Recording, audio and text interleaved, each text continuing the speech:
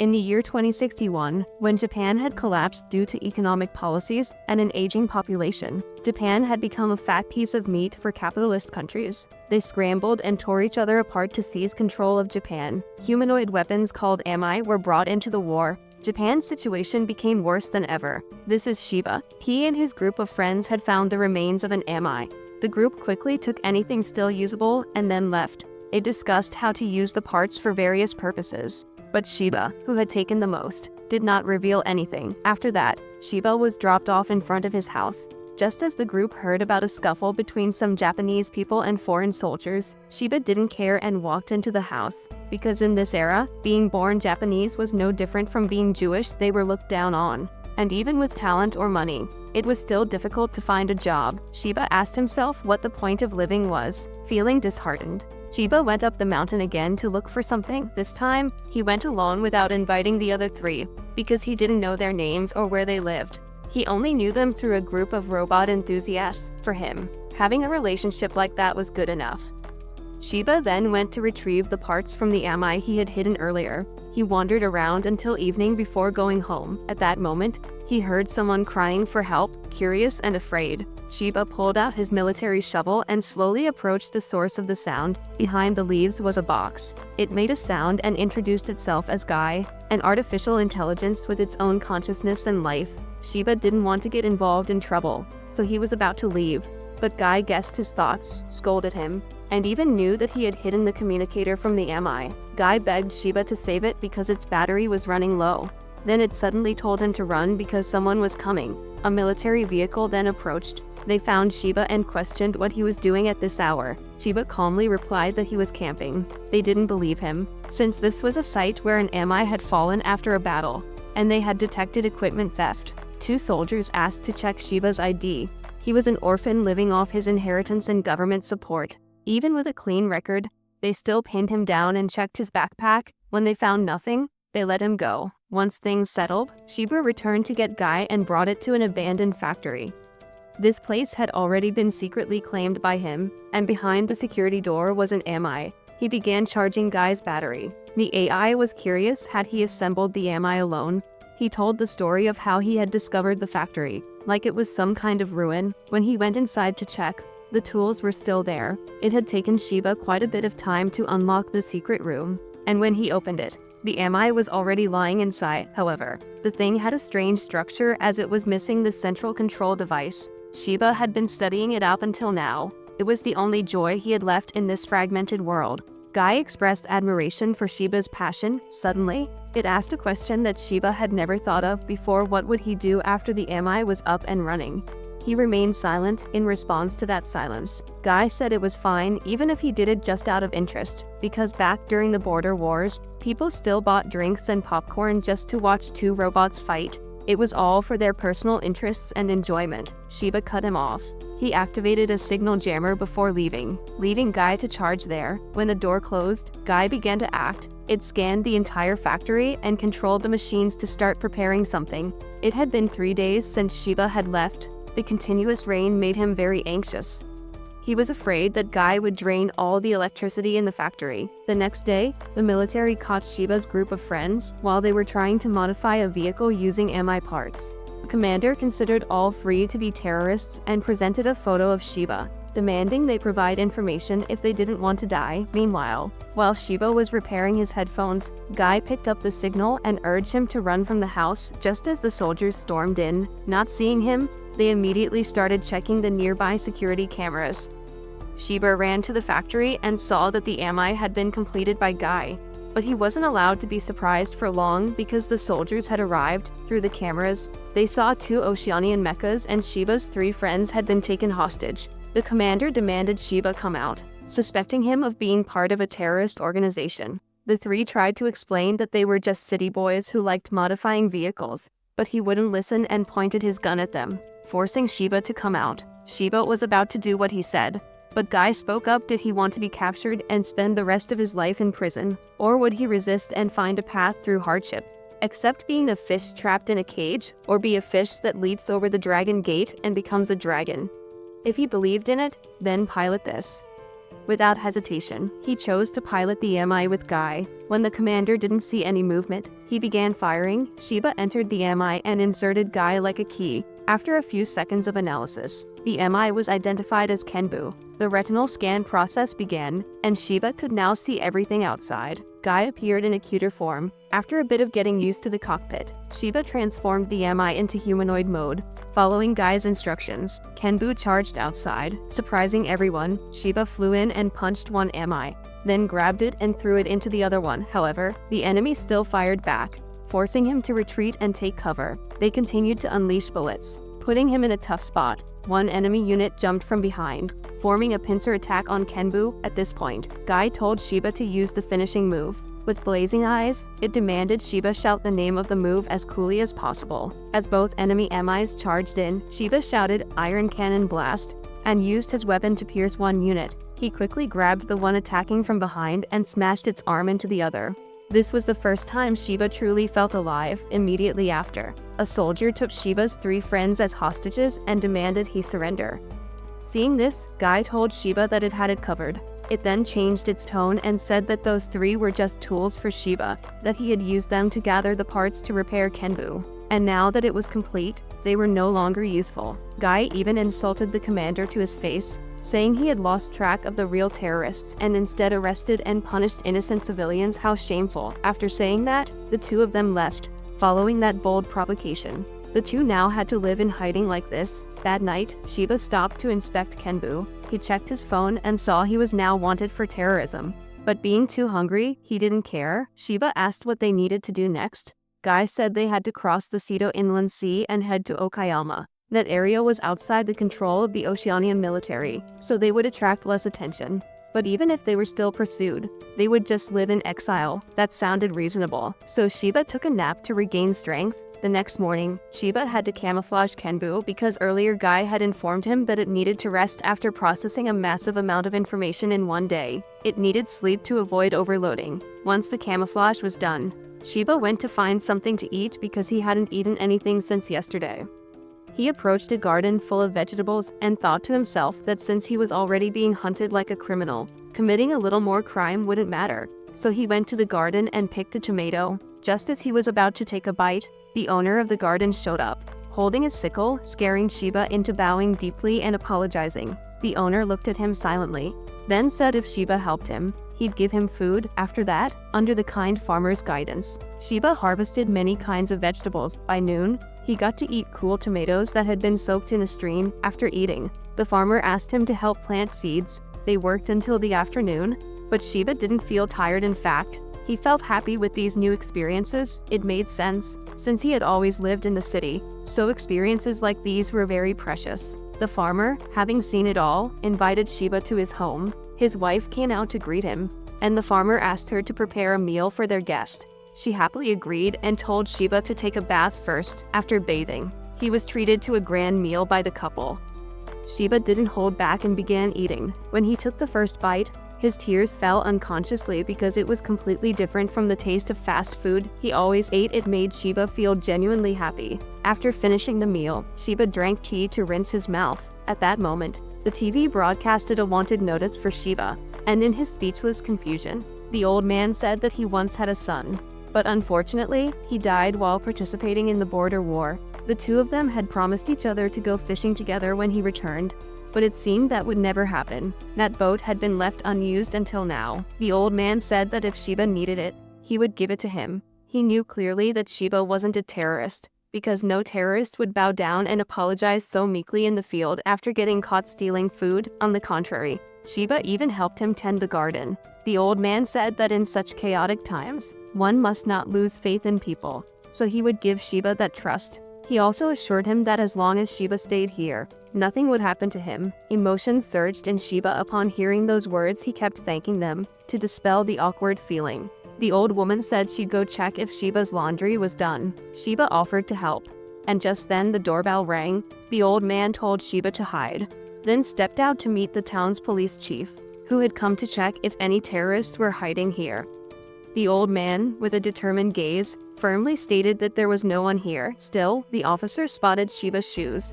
but because of the old man's credibility. The officer turned a blind eye. That night, Guy contacted Shiba. It had heard everything, and also knew the officer had ignored the matter. However, both it and Shiba knew that the old couple would be in danger if he stayed any longer. So the next morning, he left with a farewell letter. First, he expressed his deep gratitude for being taken in, thanked them for the meal and their warm words, and also asked for permission to borrow the boat once everything settled down. He promised he would return. In addition, Shiba made the house look messy as if the couple had been attacked by him to prevent suspicion. Then Shiba connected the boat to Guy, and the two began their journey. Even so, Shiba still felt uneasy as more and more crimes were piled onto him, things he hadn't even done. Guy confidently said it was fine. No matter how many crimes were blamed on him, as long as the truth came out, it would be resolved. Hearing that, Shiba felt relieved and departed. Guy informed him that in just a few minutes, they would reach the other shore, but ahead was the border war zone, a brutal battlefield. Before they could prepare, Guy announced they were surrounded by Asian military forces who had set up an interception formation. Guy scanned the entire battlefield and confirmed there were at least 12 enemy mechas. It was too late to flee, so the only option was to charge forward. Guy said that Shiba had already taken down Oceania if he defeated Asia too. He'd be a hero. Though it wasn't what Shiba wanted, the chance to fight fired him up. As the Asian forces opened fire, Kenbu leaped into the air, landing on a broken bridge nearby as calculated by Guy. The two pressed forward. Kenbu charged and took down one Ami, and Shiba used it as a shield, pushing both into the water. The thrill surged through Shiba, and he charged forward again, taking out two more Amis. The enemy commander was astonished by Kenbu's agile movements. Guy identified 4 enemies firing from a distance. Kenbu dashed over, kicked 2 away, and grabbed a rifle to shoot at another charging Ami. But the weapon required identity verification and couldn't be used. No problem, Shiba slammed the rifle's handle into the Ami's head. However, more reinforcements arrived, and they were surrounded on 4 sides. Guy calculated an escape route. It detected a high-capacity battery nearby. If ignited, it would explode. Taking advantage of the enemy's gunfire, Shiba had Kenbu throw several battery packs into the rain of bullets, triggering a massive explosion. Using the fire as cover, the two of them made a break for it. However, the Asian forces continued firing, hitting Kenbu's leg and immobilizing it. They quickly surrounded and restrained Shiba, then unleashed a hail of bullets on the cockpit to destroy it and kill him. But Kenbu was too tough for the first barrage to break through. The commanding officer continued to order fire until Shiba was killed. But just as they were about to shoot again, a sniper from afar took down one of the Ami. The Asian army immediately became alert, but the distance across the mountain range had completely locked their targeting. Each bullet fired took down one Ami, and once all had fallen, the pilot from the other side contacted Shiba, providing him with a location he needed to go to and giving him a password. Then, that pilot fired 2 smoke rounds to create a chance for Kenbu to escape.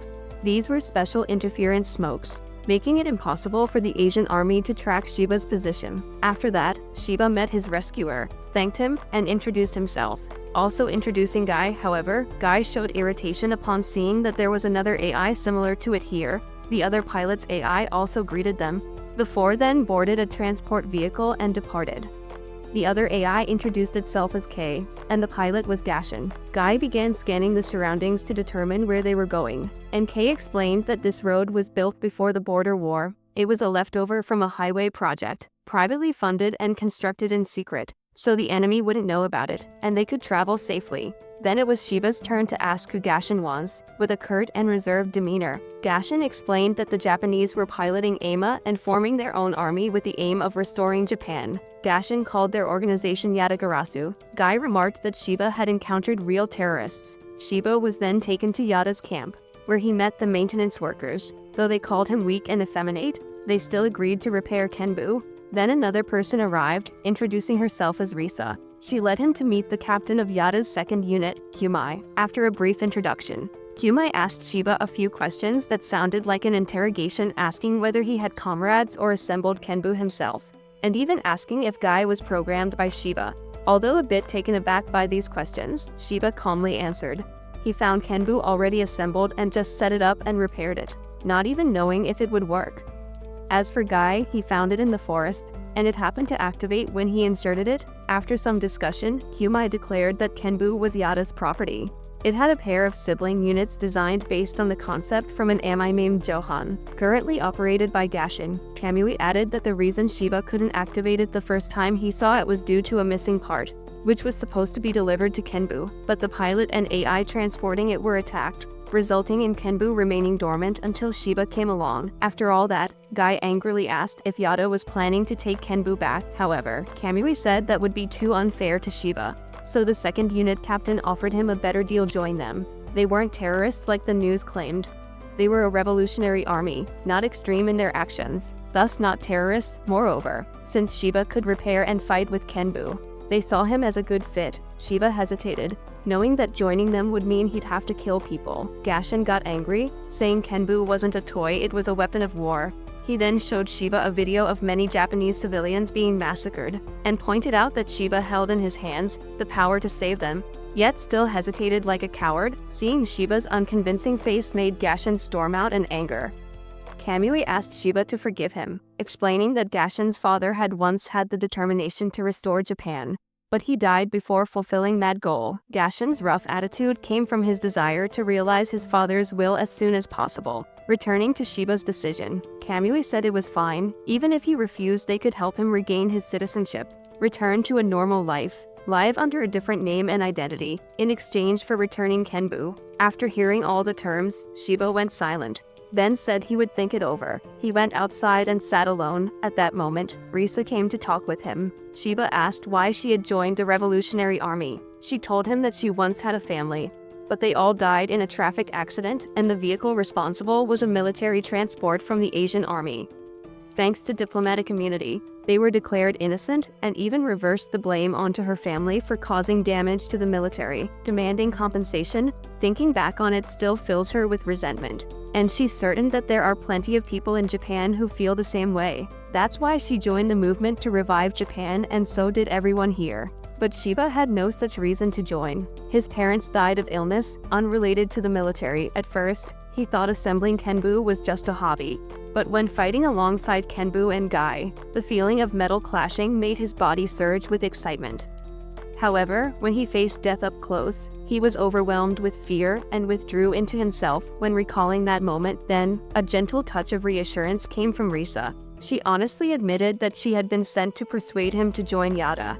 But she reflected that if her own little brother were in the same position, she wouldn't be able to encourage him. Either she would have told him to run far away and live a peaceful life. She wanted Shiba to value himself more. How can a person be happy if there's no one by their side?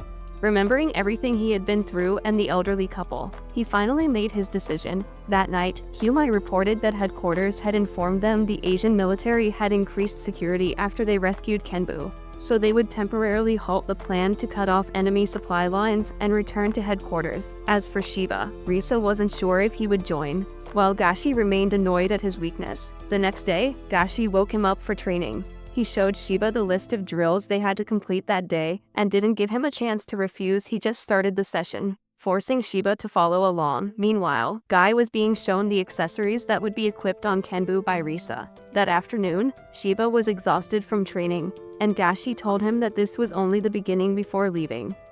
At night, Shiba lay in bed listening to Guy rambling endlessly about how majestic Kenbu was, but he was too tired and fell asleep. The next morning, he was dragged off for training again by Gashi. That night, he was too worn out to eat, but everyone around him had seen his efforts and cheered him on. Someone even made him a special drink, and after drinking it, he fell asleep. The next day, he was again called out to train. Meanwhile, Guy watched Kenbu being gradually completed, and Shiba himself was steadily improving. That day, Gashi gave him an early break, as Shiba returned to change clothes. Risa called him to see Kenbu. It had been fitted with new armor, as well as a sword and cannon mounted on its back. Shiba was amazed by the craftsmanship of the specialists. After discussing a few things with Risa, the two went to a nearby stream to bathe. Risa casually undressed in front of him, and seeing his embarrassment, she grabbed his hand and jumped into the water with him. The cold stream washed away his worries. After that, they talked. Risa told him that the day after tomorrow, they would leave this place and head to Hiroshima, and asked if he had made up his mind. Shiba said he was still afraid of fighting, but after spending time with everyone, he realized they weren't bad people, so he would go with them. He wanted to learn and fight alongside Kenbu. Risa was overjoyed and patted his head. That night, he told Guy about his decision. Guy said he would always support Shiba because Shiba had saved him. Risa reported Shiba's choice to Kamui. The next day, Guy and Shiba tested the new Kenbu. Thanks to the upgrades and maintenance, it moved faster and more agile than before. With one slash, it sliced cleanly through a large boulder. After the trial run, Shiba got down from Kenbu and met Gashi. He expressed his amazement at the upgrades, and then Gashi took over piloting it. Gashi needed to familiarize himself with Kenbu in case Shiba died and Shiba should do the same. Then the two had a practice match using each other's Ami, and Gashi's unit, named Johan, was guided by the AIK. Their friendly match was evenly matched. Even though Guy talked too much and annoyed Gashi, he calmly dodged every blast from Shiba. Kei calmly advised Shiba to switch weapons more flexibly when his opponent had figured out how to counter him. But Shiba was worried that if he fought too seriously, Kenbu would get scratched. While he was distracted, Gashi quickly closed in, and Kei instantly told Shiba to switch to a shield to defend himself.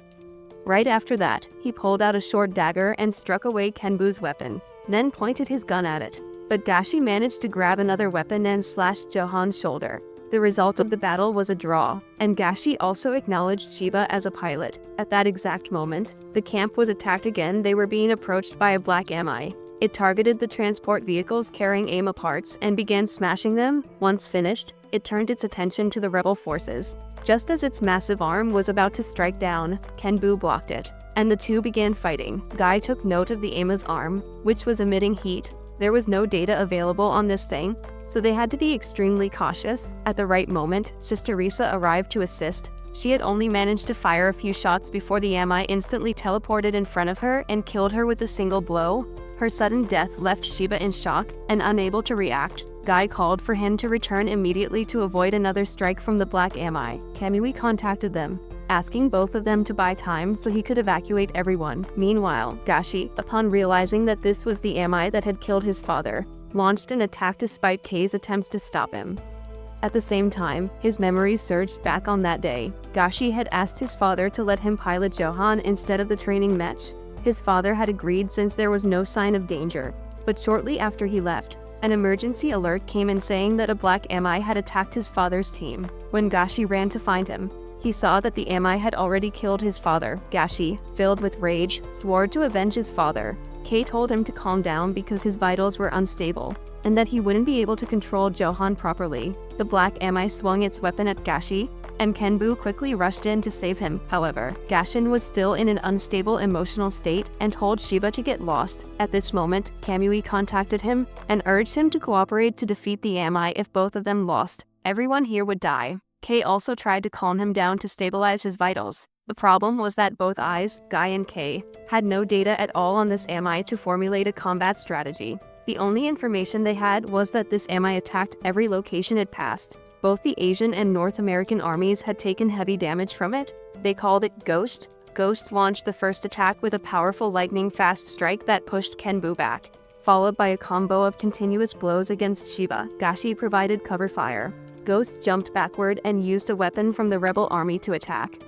This shocked Shiba, as it was able to use the weapon without identity verification. He explained that this was what made Ghost so dangerous in the battle against Gashi's father. Ghost had lost one of its arms, then took the arm from another Ami and made it its own. Ghost kept moving despite being targeted by Johan's aim. Kenbu rushed in to stop it. Gashi got angry and told Shiba to get out of his firing line. Guy retorted that if that's the case, then he better stop missing his shots. Although they argued, they still coordinated well, attacking while retreating and frustrating Ghost. At that moment, Mizuki from the maintenance team called in to deliver weapons. Gashi locked onto the target and fired a flash round at Ghost, then ran with Shiba to the designated location. Ghost detected them and immediately gave chase. When both retrieved their weapons, Ghost also arrived, all three ready for combat. Ghost launched the first attack, but Kenbu's heated blade blocked it. Johan provided cover fire. Ghost blocked the shots and accelerated toward Johan. Kenbu ran in to help, but was met with Ghost throwing Johan at him. However,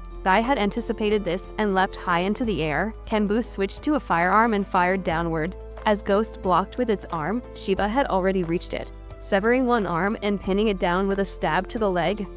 The rest was up to Johan. Gashin switched to armor-piercing rounds and kept firing at Ghost's head. However, even without a head, it was still able to move. It jumped behind Kenbu and pushed him into Johan, pinning them both to the ground. Then Ghost activated its internal reactor to self-destruct with both of them. The temperature kept rising, and Ghost turned from black to red. Neither Shiba nor Gashi could escape, and they both resigned themselves to their fate. Just then, Kamui brought in artillery support to attack Ghost. He ordered them to aim at its joints. Once they were loosened, Kenbu and Johan broke free and ran for cover. Both waited for Ghost to explode, but it just kept heating up with no sign of an actual detonation. That afternoon, Kamui called the two of them. He informed them that since they had suffered heavy losses in both personnel and weapons, he would return to headquarters first to report the situation. The task of cleaning up the battlefield would be entrusted to Gashi and Shiba. They needed to finish before the Asian army arrived. When there was no longer any heat signal, Gashi and Shira went up to search the area. While scanning for heat signatures, Shiba found the necklace that Risa used to wear. He went down to pick it up and burst into tears for her.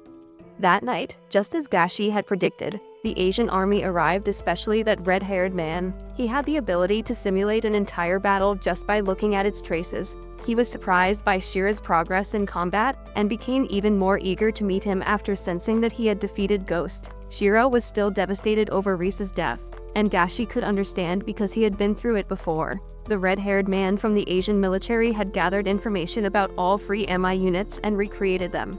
Kenbu was the original unit, Johan was a sniper type, and Ghost still had no data available. The redhead could devise countermeasures for all three. He knew that Ghost had removed its limiters to reach such incredible strength. Perhaps the AI inside had evolved on its own. The redhead then called his comrade, Ray, to prepare an MI unit for him. The next day, while walking with Gashi, Shiba thought things through and decided to leave the rebellion because he was afraid of dying. This time, Gashi didn't object and said he would inform Kamui. Since Shiba was no longer participating, he was no longer allowed to pilot Kenbu. Gashi told him to hide it somewhere and report its location. Before they parted ways, Shira told Gashi to take care. Gashi replied that he would decide his own fate, but Shira shouted that he was terrified of dying and even more terrified of seeing people he knew die. Gashi told him to stop rambling, saying that cowards had no right to talk about death. Later, Shira hid Kenbu near a stream and left with Guy. When they exited the forest, thanks to Guy, who had overwritten the data on Shiba's ID card and wanted notice, he was not recognized by civilians. Guy asked what he planned to do next. Shiba said he planned to visit Risa's house and return her necklace. Though he didn't know if anyone was still there, he just assumed she had relatives. Guy had already looked into the accident involving Risa's family, so he was able to find her address. Shiba thanked him, and they joked together before heading off. Elsewhere, two men dressed like the red-haired soldier were having a discussion. They had been turning Japanese civilians into criminals and then pretending to punish them, using the excuse to gain merit and glory. They saw the Japanese people as no better than savages. Meanwhile, Shiba had arrived at the address Guy had given him, but the house had been completely leveled. He thought Risa might still have relatives and decided to ask around. However, everyone who saw him avoided him like he was a curse. While he was confused, a little girl approached and asked if he was Risa's friend. Then, a man with a dangerous expression came up and asked who he was. Shiba introduced himself and showed Risa's necklace. Seeing it, the man took him away in the car. He told Shiba that Risa's house had been destroyed by the Asian army. Her family was all gone, and there were rumors she had joined the rebellion. That was an order issued by the new governor general. Others had faced similar fates, even their relatives were targeted. It was no different from oppression. The man then took him to a night diner, where Shiba met a group of young people who, according to the man, were Risa's childhood friends. He had called them here to hear news about her. They laughed and reminisced about their memories with Risa. Not knowing the truth, in the end, Shiba had to tell them. Everyone was shocked. Some couldn't hold back their tears after all. She was a good person who always helped others, just like her nature. They asked Shiba what he would do next. Since he didn't know where her relatives were, he planned to place the necklace at her family's grave. When he asked for its location, everyone went silent. The shop owner finally spoke up. She knew where it was, since it was on a mountain and would take a long time to reach. She offered to let him stay the night. Shiba declined, but everyone wanted him to stay. They even decided they would all go together to visit Risa's family grave. They later held a hot pot party and invited Shiba. Although he was still hesitant, the old man persuaded him to stay. After the meal, Mr. Nose and his daughter left. While they were talking and crossing the street at a green light, suddenly, the car of the governor stopped right in front of them. he rolled down the window and blamed the old man, saying that his clothes got dirty because of him. Meanwhile, elsewhere, the redhead had received a new Amaim model. He was so excited that he couldn't wait to drive it and hunt down both Kenbu and Ghost. Speaking of Ghost, it was currently hiding in a cave and repairing itself. The next day, people began to stir over the sudden disappearance of Mr. Nose and his daughter. When they went to his house, they found all the belongings had been moved. Everything was strangely suspicious. One member of the group spoke up, saying he had heard that if someone was targeted by the new governor, they would disappear overnight. Those people all shared one trait. They had anti-government beliefs. Rumor had it they were being sent to the mainland, and it was no different from human trafficking. Guy and Shiba heard the entire story, and Guy confirmed that what this babbling guy said was true. Guy explained that he had checked all the surrounding surveillance cameras from the previous night to the present, and since no military vehicles had left the city, it meant Mr. Nose hadn't been sold yet. However, Shiba didn't have enough credibility for others to believe him, so Guy picked a random guy from the group and exposed his darkest secret, making everyone start to believe and agree to go confront the governor to demand the return of Mr. Nose and his daughter. On Gashi's side, he reported Shiba's choice. Kamui sympathized with him, and also mentioned that upon returning to headquarters, he would have a new teammate, a pilot equipped with a frame design based on Kenbu. Back to the governor, he was discussing profit splits with his accomplices. They planned to sell Mr. Nose into forced labor, and his daughter to some perverts. At that moment, a report came in that Japanese citizens were gathering at the gate. Meanwhile, Shiba chose to stay at the restaurant. News then arrived that the protesters had all been arrested. They were charged with anti-government crimes and taken away. Guy also found that the dispatched vehicles were military trucks sent to clean out the homes of those about to be sold. Guy told Shiba to leave immediately because they were about to arrive. After ending the call, the restaurant owner gave Shiba the location of Risa's family grave and asked him to deliver their regards. As for matters there, they would take care of them themselves. Shiba was then thrown out just before the military arrived. After that, the entire group of Mr. Nose was captured. They were marched down the street, and it was announced that they would all be executed for opposing the government. Shiba watched everything on his phone and felt deep sorrow for them. One person was even shot by the governor without reason. Shiba burst into tears, realizing how cowardly and weak he had been, always running away and leaving behind those who helped him. Guy spoke up. If you hate yourself that much, why not change and become a better version? He would always be there to support him. With that, Shiba regained his resolve. From within the spring, Kenbu's eyes suddenly lit up. That afternoon, just as the people were about to be executed, and guns were aimed at them, a tremor halted everything. Kenbu leapt out and used a shield to protect everyone. The governor ordered an attack, but those forces were too weak to be called Amai. Shiba grabbed one and hurled it into another, neutralizing them both. Then he raised Kenbu's fist right in front of the governor, terrifying him. This was what true power looked like. The man trembled and begged for his life.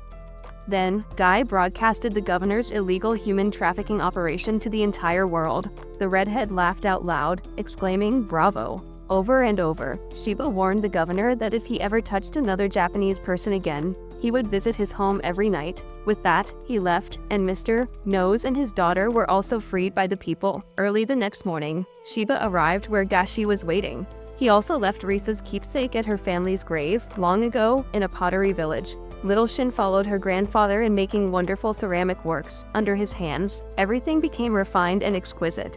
But one day, the Asian military came to seize their land and workshop.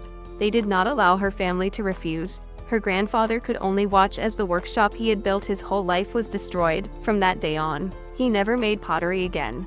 Seeing him like that, Little Shin promised him that one day she would restore the family's factory. Back to the present, both Johan and Kenbu were in a damaged state with several critical parts broken. Both Guy and Kei also needed to recharge to operate properly. Gashi contacted Mizuki, who really wanted to help but couldn't do much since she was on the move, avoiding the Asian forces while heading back to headquarters. She informed them of the locations of the parts needed for both machines so they could repair them themselves before leaving. Shiba asked Gashi what to do next, and he took the boy to illegally siphon electricity to recharge the two eyes. After disguising them so they could rest, Gashi and Shiba entered the city looking for a place to stay at the hotel. Although Shiba was a city boy, it was his first time there, so he was a bit confused and was called a country bumpkin by Gashi. He tried to retort, but Gashi told him not to draw attention. After checking in, they headed to their room. Kei advised both of them to take a bath because they smelled terrible. Shiba was surprised that even an AI could detect odor, but Kei said even without that, just looking around would tell you everyone nearby was covering their noses. So as soon as they got into the room, the two of them scrubbed themselves clean. After bathing, they went to eat together. Gashi received a message from Mizuki that the parts had been delivered, so they would begin repairs tomorrow. Hearing that, Shiba happily started eating. He noticed Gashi didn't eat vegetables and asked about it. Kei explained that Gashi was a very picky eater, so Shiba teased him. Only to be glared at, Shiba apologized, saying he didn't know Gashi didn't like that kind of joke. He had never had friends before, so he didn't know how to communicate well. Kei and Guy told him not to worry, saying Gashi was just trying to act tough to hide how fragile he really was. The three of them then started arguing. Meanwhile, the European military, after hearing Shiba's provocative speech and receiving a significant blow to both the economy and reputation of Asia, began military preparations to confront him. The commander hoped that the flower of war would bloom here in blood and gunpowder. The next day, Gashi and Shiba set out to collect the parts. On the bus, Gashi told Shiba to look down at the Japanese city, now under domination, with its people suffering oppression and poverty. He said that one day he would reclaim this place. Then the two arrived at a bar where members of the resistance worked. When Gashi gave the correct password, the owner handed over the package to them. The owner, having heard Shiba's speech, also placed his hopes on him. Not long after they left, while the two were talking about responsibility, an explosion suddenly occurred in the distance at the port. The European army boldly launched an attack on the Asian zone. The Asians retaliated, but not significantly. Gashi and Shiba blended in with the evacuating crowd to observe the situation. Meanwhile, the Oceanic army fired indiscriminately, not caring about civilians. The two boys arrived at the evacuation center. Gashi saw that the situation was dire for the Asian side, and they might stop evacuating civilians and focus on defense instead. Shiba couldn't accept that and wanted to do something. Guy responded to his desire by deciding to hack into civilian devices to guide the evacuation. Kei and Guy then hacked all the city's display screens and began directing people to safe route. However, it still wouldn't be fast enough because the Oceanic army was advancing too quickly. Shiba wanted to use Kenbu for support, but Gashi said that by the time they went to get it and came back, everyone would already be dead. The Asian commander also abandoned the refugees, believing that if the Oceanic forces killed civilians, public opinion would turn against them. The civilians tried to leave the building, but were stopped by Asian soldiers. Just then, a wrecked Asian Ami was thrown into the building, causing chaos. The Oceanic army steadily advanced toward them. At that moment, another Ami appeared, moving at incredible speed. In no time, it was in the middle of the Oceanic forces. It introduced itself as Masaru, claiming to act in the name of justice. After introducing itself, it quickly sliced an Ami in half, then leapt into the air and struck down, using the defeated Ami's corpse as a shield before finishing off 3 Oceanic Amis with a single thrust.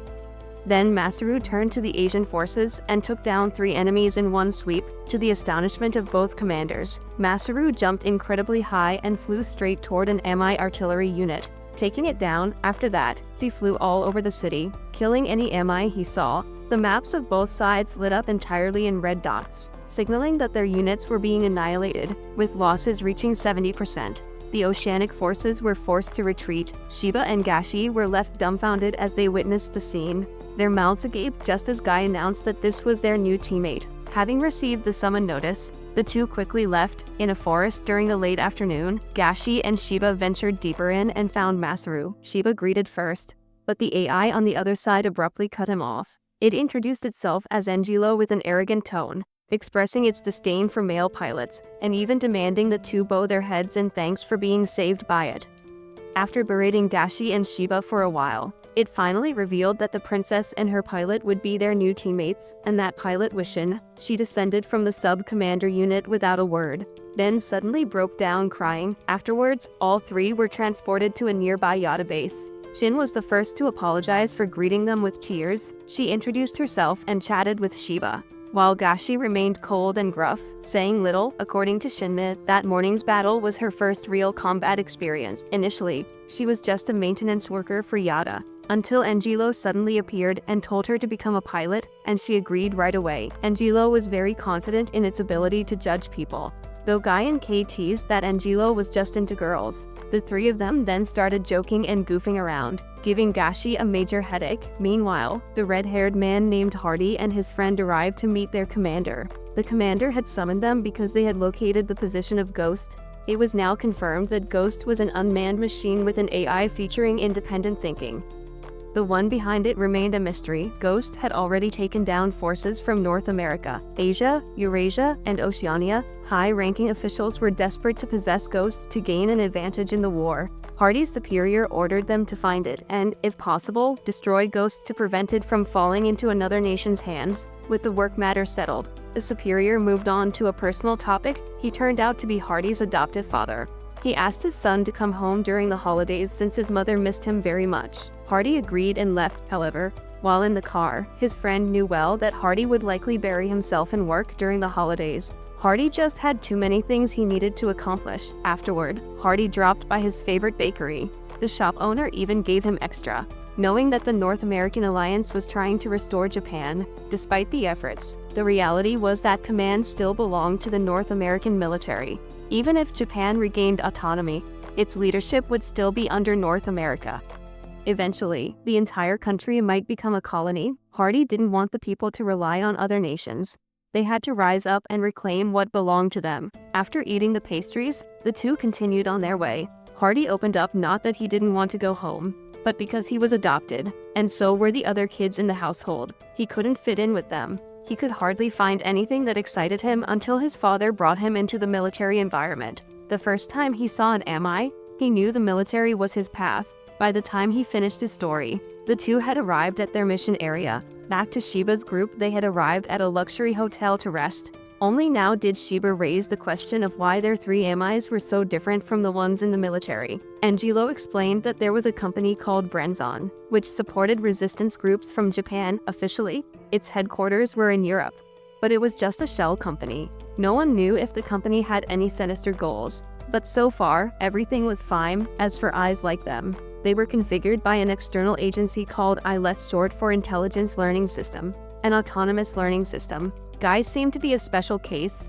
Although he shared the same codebase with Kay and Angelo, he was sent to the Oceanic region by someone. In any case, they were still considered siblings. When they returned to the room, Shiba asked Guy if he wondered why he was sent there. But Guy didn't care because he liked the current situation. Back to Hardy's location, he met two people, Roger and Sophie, who would assist him in eliminating Ghost. However, Sophie voiced her opposition to this mission because she believed that piloting Amaim manually was less safe than using unmanned Amaim units. Hardy explained to his subordinates that if they used unmanned units, they would need an entire platoon. And since the Asian and Oceanian forces were still looming threats, they couldn't do that. Therefore, Hardy had gathered elite individuals to capture Ghost, and being chosen meant she was highly skilled. Now, they just had to follow his orders and Ghost would be no different from a regular Amaim. If they didn't obey, then he wasn't sure. The next day, Shiba's group continued their journey to headquarters. Meanwhile, in the sky, Hardy's team was also beginning their operation. Ghost sensed all four of them from the cave and immediately leaped to the surface. Hardy landed right where it appeared. Ghost made the first move, rushing to attack. Hardy ordered the team to split up and strike from multiple directions. This tactic proved effective as Ghost was struggling. It had never fought against a team made entirely of manned machines.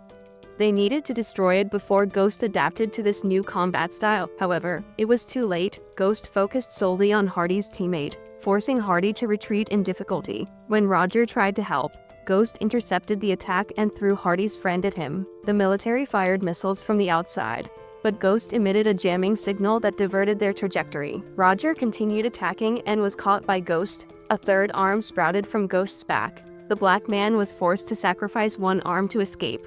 Ghost had now fully adapted to Hardy's tactics and was preparing to crush him. Suddenly, Guy sensed that same killing intent again. Besides Shiba, the other two and the AI couldn't sense anything. Guy thought it was just him and ignored it. Back to Ghost, it used chain-tipped fingers to directly attack the pilots inside the aircraft, and then, while Roger was off guard, one of the fingers killed him from the inside. Unable to grieve for long, Hardy quickly calculated a new attack strategy.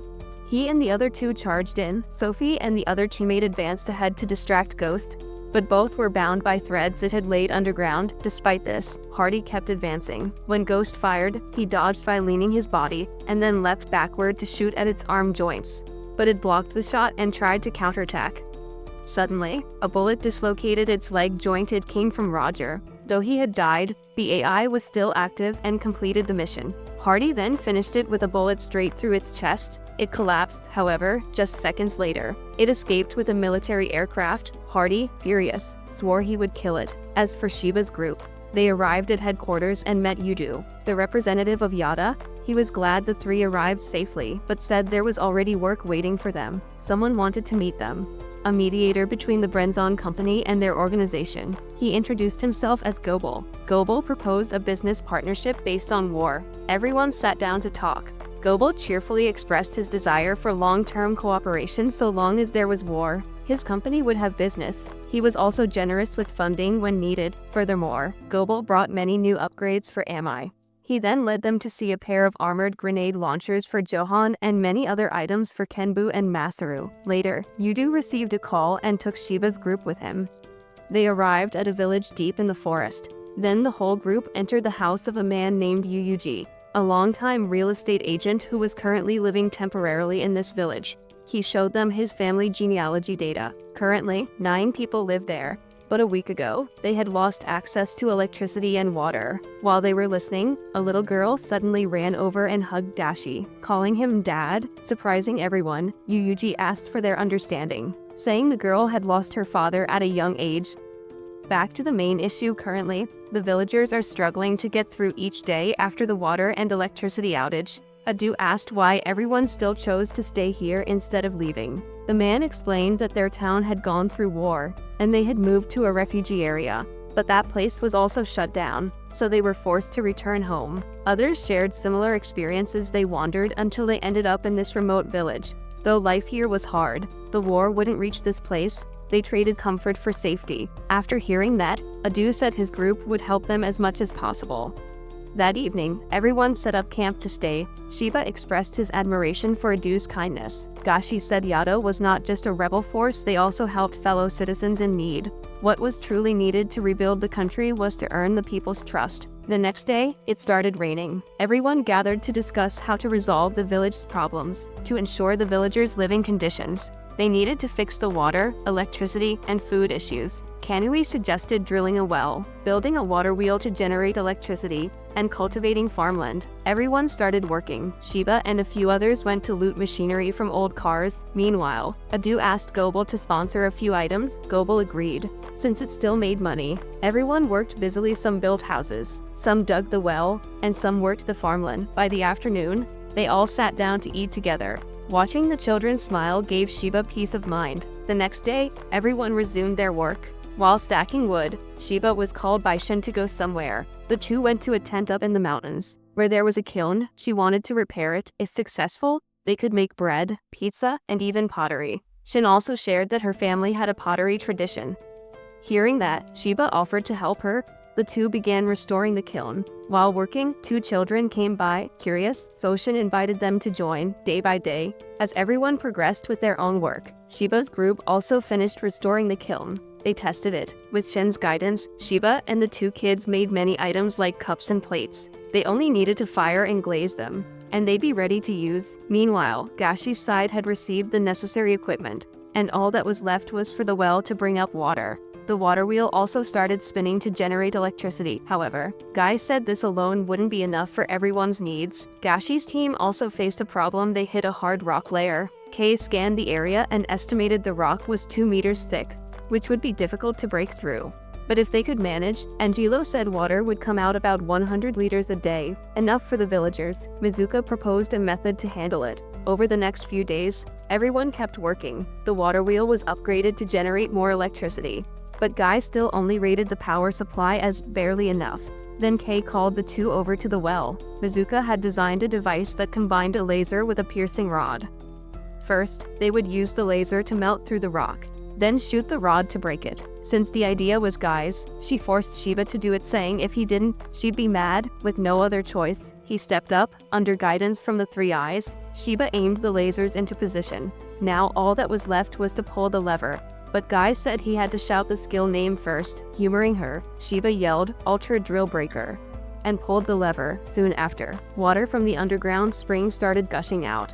They used the water pressure to accelerate the water wheel's spin, producing a stable supply of electricity. The lights came on. Things were gradually improving. The villagers bowed their heads in gratitude. After the trip, Shiba, Gashi, and Shin were sent on another mission to buy supplies for the Yada members. They had to do it secretly. Looking at the long list, Shiba had no idea when they'd finished. Just then, an acquaintance recognized Gashi. It was Yuyu. The whole group sat down to talk at the park. Shiba didn't expect Gashi to have a brother.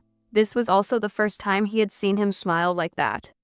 Kei told the two of them more about Yuyu. Yuyu used to work at the Yada headquarters together with Kei's parents. But after both of them died fighting against the Asian army, Gashi's father adopted Yuyu, and Gashi cherished him like a real older brother. When Yuyu suddenly left the organization, it deeply saddened Gashi for a long time. After some heartfelt conversation, it was time for Yuyu to leave. The two exchanged contact information, and then Yuyu left first. When Gashi returned to the headquarters, he took out a photo of himself with his father and Yuyu. Some old memories resurfaced. There was a time when the two of them accidentally got lost in the mountains. Gashi was very scared, but Yuyu reassured him. Even though they weren't blood-related, Yuyu always protected Gashi.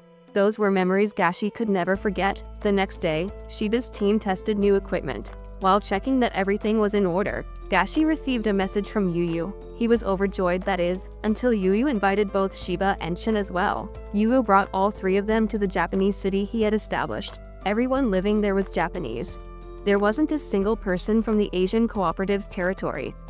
Although not officially recognized, the city had 3,482 residents, equivalent to a small town. All decisions were made by the Japanese themselves. But it didn't stop there. The district leader of this autonomous area was none other than Yuyu. Everyone adored him. The only thing he wanted was to see the carefree smiles of the children. He wanted to protect all of them. That was also why he left Yada, because his path and that of the organization differed. Managing this autonomous zone was extremely difficult, as he had to negotiate with the Asian army every day instead of fighting like Yada. He hoped that the city would expand even more in the future. Then, it was time. So Yu left the three of them to freely explore. They hadn't walked far before locals started giving them many gifts because they were Yu's acquaintances. Shiba and Shin went up a hill to enjoy the view of the city, while Gashi went to meet his brother after the meeting. Yui didn't beat around the bush and got straight to the point. He wanted his little brother to leave Yada and join him in this city. He explained that due to the population cap, the number of residents couldn't increase. However, he could request the Asian army to make an exception for Gashi. He didn't want his brother to wield a gun anymore. He wanted him to live a peaceful life here. Gashi couldn't give an immediate answer and asked for time to think. He then returned to headquarters. While he was still thinking it over, Gotoubun approached him and revealed a harsh truth. Because losing Gashi would negatively affect the company's profits, he claimed that Yuyu was a spy for the Asian army. Whether Gashi believed it or not was up to him. But Gotoubun emphasized that information is a commodity. Truth doesn't need to be adjusted. Besides, with a bit of reasoning, it was obvious. How could the Asian army allow Yuyu to establish such a large autonomous zone unless he was working for them? According to Gotoubun, in exchange for creating that city, Yuyu served them seizing land, leaking information, identifying rebel elements, bribery, and sometimes even blackmail. The older brother Gashi adored was protecting the Japanese by selling them out. If Gashi continued to stay in touch with Yuyu, it would only be a matter of time before Yada's information leaked completely. Losing one pilot was already a big loss for the company, let alone three. Gotoubun advised Gashi to think carefully to avoid unnecessary serious consequences. If he still didn't believe it, he could investigate. After hearing that, Gashi left. In a dark room, Gashi told Kei not to mention any of this to anyone. He remembered when he lost his father. He just sat there in silence, deep in thought, and it was Yuyu who came to comfort him. He couldn't believe his brother would do something like that. So the next day, Gashi secretly returned to the city to investigate. After only a few rounds, he noticed many things were off. Supplies, whether medical or daily necessities, were severely lacking. Locals constantly complained. As he went further, Gashi saw a vehicle belonging to the Asian army heading toward Yu's office as expected. They were using the delivery of essential goods as leverage to pressure Yuyu into providing information. Even though it clearly wasn't part of their agreement, he still had no choice but to comply. Gashi witnessed it all through the surveillance camera.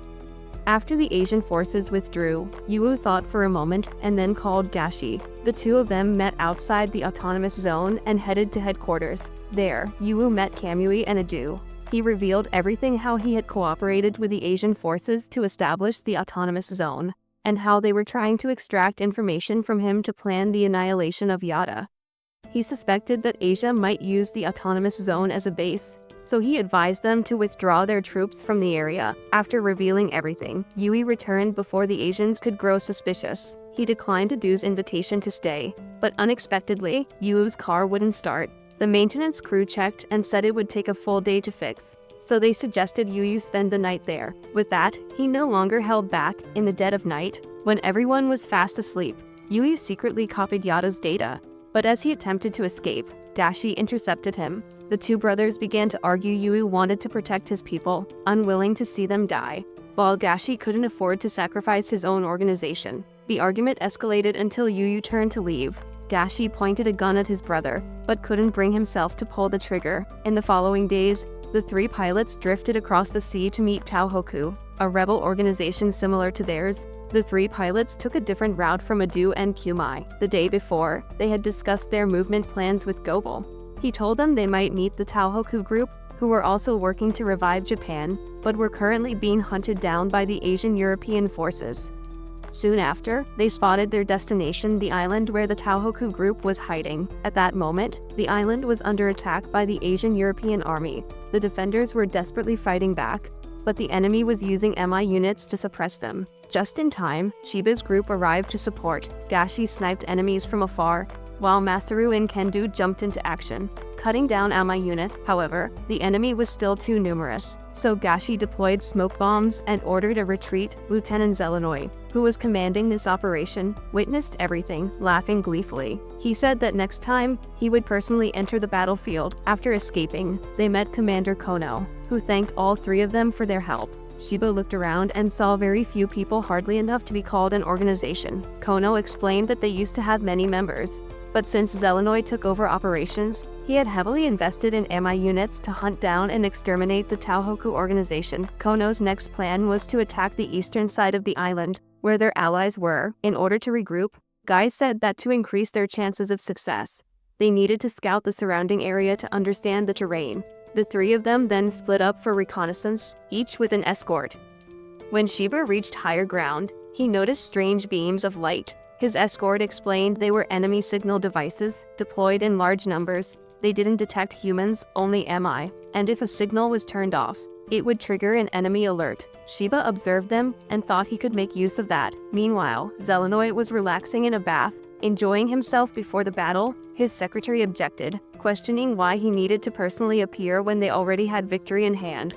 But Zelenoy said he liked it that way and would defeat Shiba's group himself. Shiba was taking position along with Gashin and Shin. As the fog grew thicker, Zelenoy boarded an MI and launched the sweep operation, ordering random artillery fire into the forest. Once they detected Shiba's group moving, they continued to bombard their path. Gashin scattered smoke bombs to jam the signals, but Zelenoy activated all the signal towers. After spotting all three on the map, they fired to corner Shiba's group into one area. However, just as they were about to trap them, the signal suddenly vanished. Outside, Gashin had blown up a bridge, taking out many enemies. Kenbu and Masaru flew out from both flanks to wipe out the rest. Hacking into their system was easy, allowing them to fake their positions. Using the fog to conceal themselves, they took down the remaining small fry and headed straight for Zelenoy. Angelo and Guy charged ahead, eager to take him on, while Kei stayed behind and shot down two enemies behind Zelenoy. Kenbu's sword was the first to clash with him. When his staff came in to help, they were fired upon and had to dodge. Zelenoy was about to shoot Kenbu when Masaru returned and slashed his gun, damaging it. Despite being caught in a pincer attack from both sides, Zelenoy still managed to fight back. His sword was too hard to break. However, while fighting, his MI suddenly stopped moving. Gashi decided to retreat, saying there was no need to kill him, while Zelenoy, furious, glared at them to a noble like him. This was no different from an insult. At that moment, both the sword and the armor on MI shattered. Back with Shiba's group, after merging Kono's group with the remaining troops, they bid farewell. The trio boarded the ship to regroup with Kamui's team. After this journey, Gashi had become more positive. Not long after, the Shiba team met the maintenance crew again. But before letting them service Kenbu, Shiba asked to wash it first because it was quite dirty. Over at Hardy's place, Gobo somehow managed to contact him and proposed a deal. He hid his identity and only said he was a merchant selling information the location of Ghost to prove his credibility. Gobo revealed all the information about Hardy, Sophia, and Hardy's friend Ray. Hardy asked what price he wanted, but Gobo said he didn't want money. This was his investment in their future relationship. After that, Gobo left and sent the intel to Hardy, who immediately gave it to the intelligence agency for analysis. Meanwhile, Adu had received a report from the maintenance department about the condition of the 3 pilots. After hearing it, he gave them time off to rest. After ending the call, Adu was told that a guest had arrived. As for the pilot group, while washing Amai, they chatted about the future and what they would do after Japan's restoration. Shin wanted to rebuild the pottery workshop at home. Gashi still had to avenge his father, and upon hearing that, Shiba promised to help him defeat Ghost. Shin also wanted to help. Gashi didn't reply, but a smile appeared on his face. As for Zelenoy, after being played by a group of brats, he reported to his commander and requested to be transferred to the team that hunts the Yada organization. The higher-ups approved his request.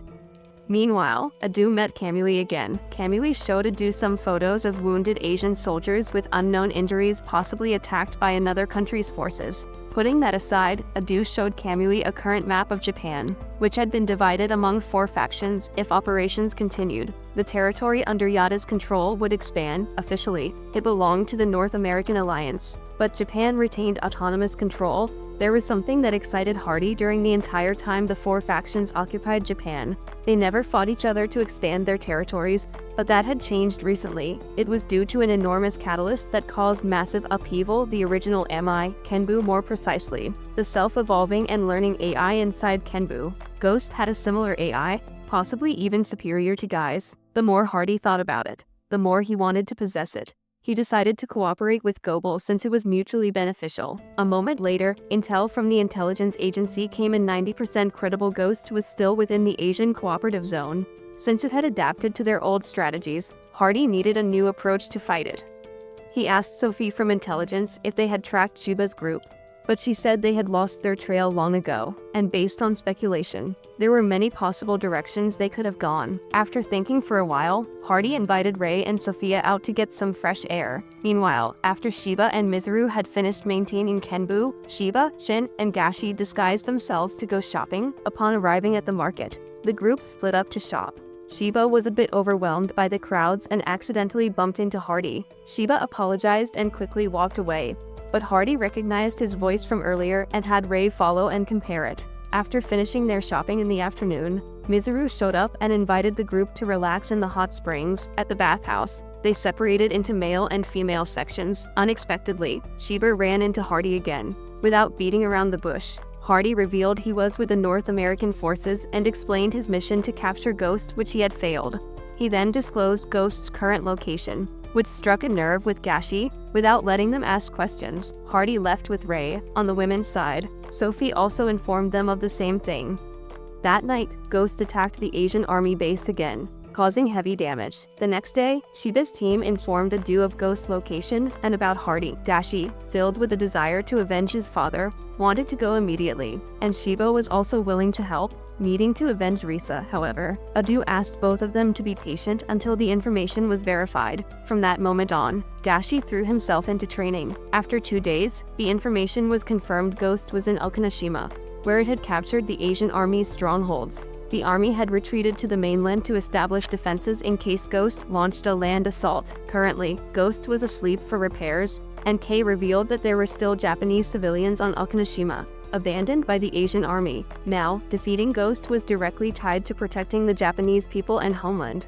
Adu then assigned the mission of saving the civilians and defeating Ghost to the 3 of them. The plan involved 2 teams.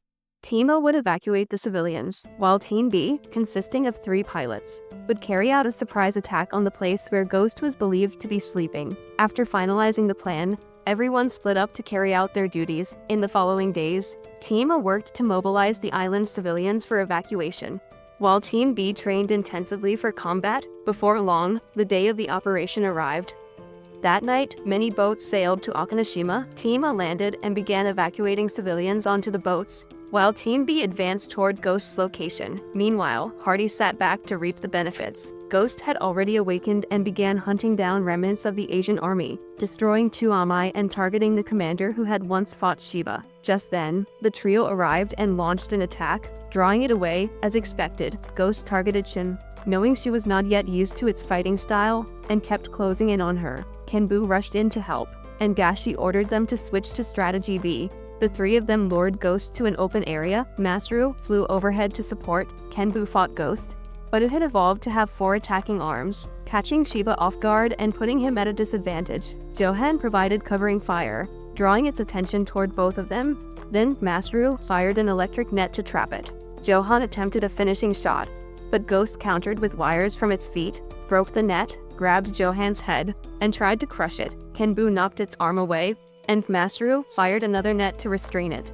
The 3 of them retreated to reassess. Ghost's power had evolved at an insane pace, its rapid development shocking them. Talking about evolution gave Shiba an idea. Ghost caught up from behind, and Shiba told Gashi to execute strategy 8. Kenbu lured it up the mountain. Guy located the ammunition storage and pulled it inside as Masaru was already waiting at the front. Shin fired 2 layers of netting to pin it down inside the storage, and Guy sealed the door. From afar, Gashi took aim. The bullet hit the ammo cache, triggering a chain explosion that blew up the entire area.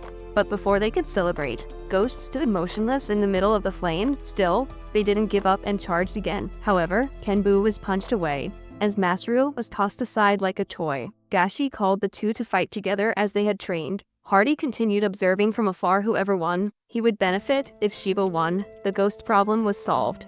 If Ghost won, he could collect Guy for research. Meanwhile, Team A successfully evacuated the civilians and even captured remnants of the Asian army. Back to the battle, the trio coordinated well.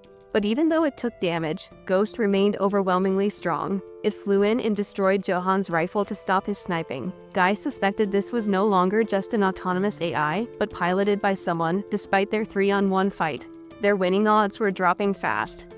Just then, Kono called and ordered them to retreat, saying they had already accomplished half the mission.